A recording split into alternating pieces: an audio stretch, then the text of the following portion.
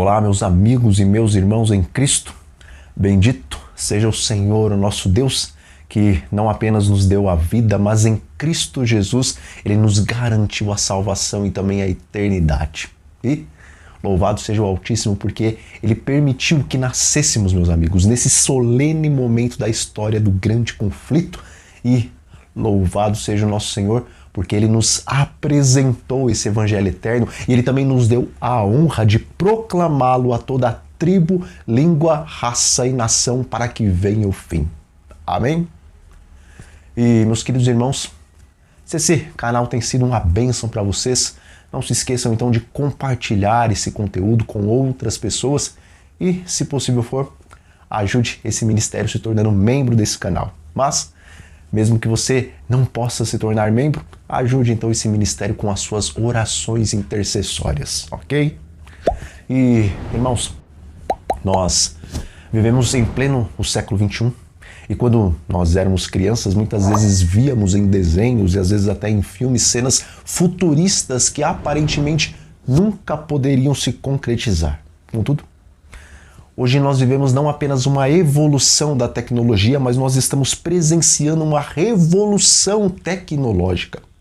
E está escrito nas Sagradas Escrituras. E tu, Daniel, fecha essas palavras e sela este livro até o tempo do fim. Muitos correrão de uma parte para a outra e a ciência se multiplicará. Está em Daniel 12, versículo 4.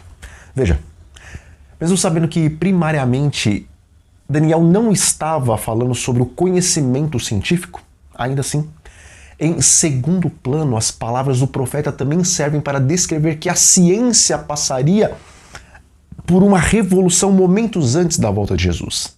E amigos, conforme o sexto selo do Apocalipse, que está lá no capítulo 6, ao ele ser aberto e ocorrer um grande terremoto, que nós sabemos ser o terremoto que ocorreu lá em Lisboa em 1755, a partir dali se inicia então o tempo do fim. E como o Senhor falou para o profeta Daniel, seria justamente nesse tempo do fim que a ciência aumentaria. E sendo assim, com certeza não foi coincidência que justamente no século XVIII, quando se inicia o tempo do fim descrito na profecia, que então a principal era da tecnologia e da invenção surgiu, quando então a revolução industrial começou e as máquinas foram inventadas. E após isso, viagens, meus amigos, a cavalo ou por navios, a vela, que por milênios demoraram semanas e até meses, em menos de 200 anos, essas viagens foram reduzidas até mesmo em horas ou minutos. E também a comunicação entre países, que por milênios era feita através dos mensageiros que levavam até meses para levar e trazer uma mensagem, agora, através dos celulares e dos aplicativos de comunicação, em questão de milésimos de segundo, uma mensagem chega ao outro lado do mundo. E também notícias que demoravam meses para chegar até um outro país, hoje, em questão de segundos ou de minutos, milhares e também milhões de compartilhamentos podem ser feitos e as notícias se alastram então o mundo afora. E também as guerras, que por milênios foram feitas com espadas, pedaços de pau e catapultas que lançavam grandes pedras, agora, amigos, as guerras são feitas com tanques blindados, jatos supersônicos, navios militares maiores do que uma vila inteira habitada, submarinos, mísseis teleguiados e até mesmo ogivas nucleares que podem eliminar milhares e até milhões de pessoas em segundos. Bom, sem dúvida, o cumprimento secundário das palavras de Daniel ocorreram com a evolução e também a revolução da tecnologia.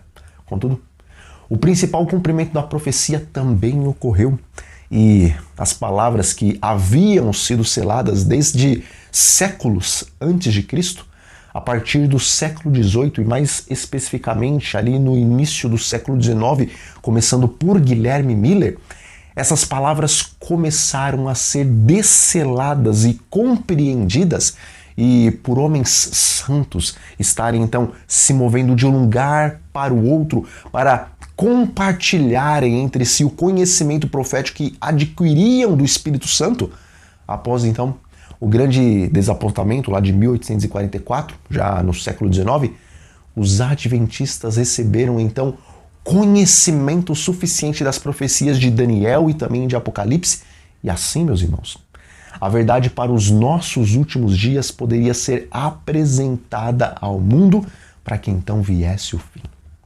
E como diz o Espírito de Profecia, houvessem os adventistas, depois da grande decepção de 1844, ficado firmes na fé e seguido avante em união no caminho aberto pela providência de Deus, recebendo a mensagem do terceiro anjo e proclamando ao mundo no poder do Espírito Santo, haveriam visto a salvação de Deus.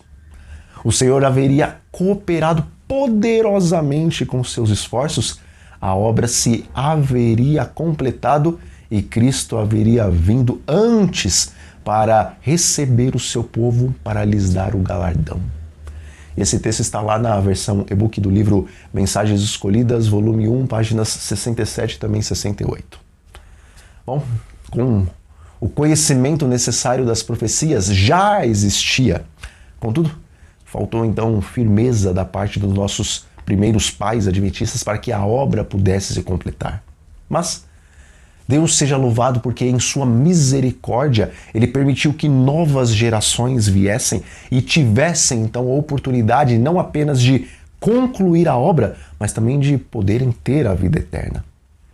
E, irmãos, mesmo que hoje Satanás lute para embaçar a compreensão que nós temos das profecias bíblicas, ainda assim, quase que em geral, os teólogos adventistas concordam entre si com a compreensão de Daniel e também do Apocalipse, apesar, é claro, de haver algumas divergências em alguns pontos que também são importantes. Mas, mesmo havendo essas divergências, ainda concordamos com os principais pontos de Daniel e também de Apocalipse.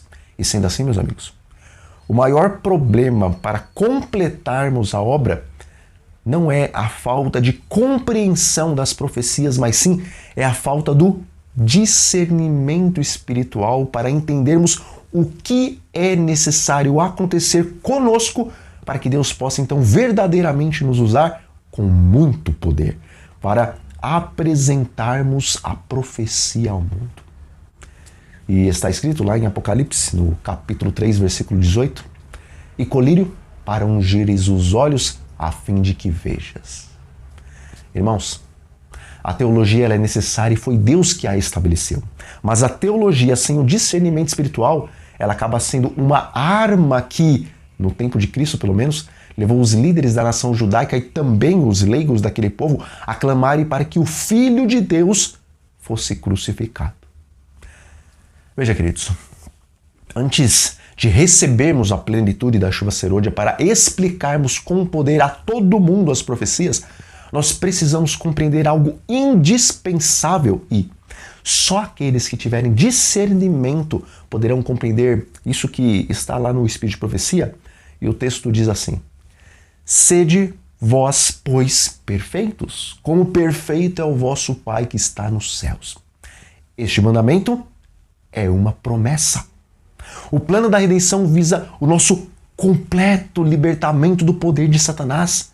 Cristo separa sempre do pecado a alma contrita.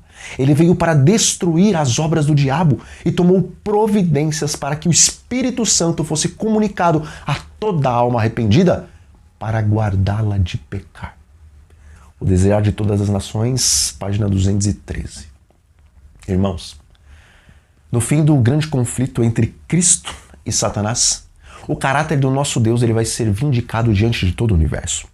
E para que isso aconteça, o plano da salvação foi também estabelecido para que o ser humano, pelo poder do Espírito Santo, obtenha em sua esfera completa vitória sobre o pecado, de maneira que, quando estiverem caindo as 7 pragas e a porta da graça já estiver fechada, todos os filhos de Deus selados possam então viver na presença do Deus Santo, sem que haja um intercessor entre eles e o Pai. E mesmo assim, pela presença interior do Espírito Santo de Deus, eles não cederão à tentação e vão permanecer diante do mundo e das hostes das trevas e diante de todo o universo, revelando que a lei de Deus é santa, boa, justa e perfeita. E para que não fique dúvidas de que realmente viveremos um tempo aqui nesta terra sem termos Jesus como nosso mediador, eu vou então citar um dos textos do Espírito de Profecia, que está lá em Cristo em seu santuário, na página 99, da versão e-book da meditação. E o texto diz assim: os que estiverem vivendo sobre a terra quando a intercessão de Cristo cessar no santuário celestial, deverão, sem mediador, estar em pé na presença do Deus Santo. Suas vestes devem estar imaculadas e o caráter liberto do pecado pelo sangue da aspersão. Bom, depois que se iniciou o tempo do fim, o conhecimento profético se multiplicou. Contudo, que Deus ajude para que o conhecimento a respeito da vitória sobre o pecado pelo poder do Espírito Santo, que Deus também ajude esse conhecimento a se multiplicar entre nós, para que então busquemos essa vitória em Cristo, porque após alcançarmos ela, estaremos prontos para receber o selo e a chuva serôdia e dar o alto clamor para que venha o fim. Bom, meus queridos irmãos, nós vamos ficando por aqui e o meu desejo e também a minha oração é que a paz do Senhor Jesus Cristo permaneça sobre cada um de vocês. Então, um grande abraço a todos e até a próxima.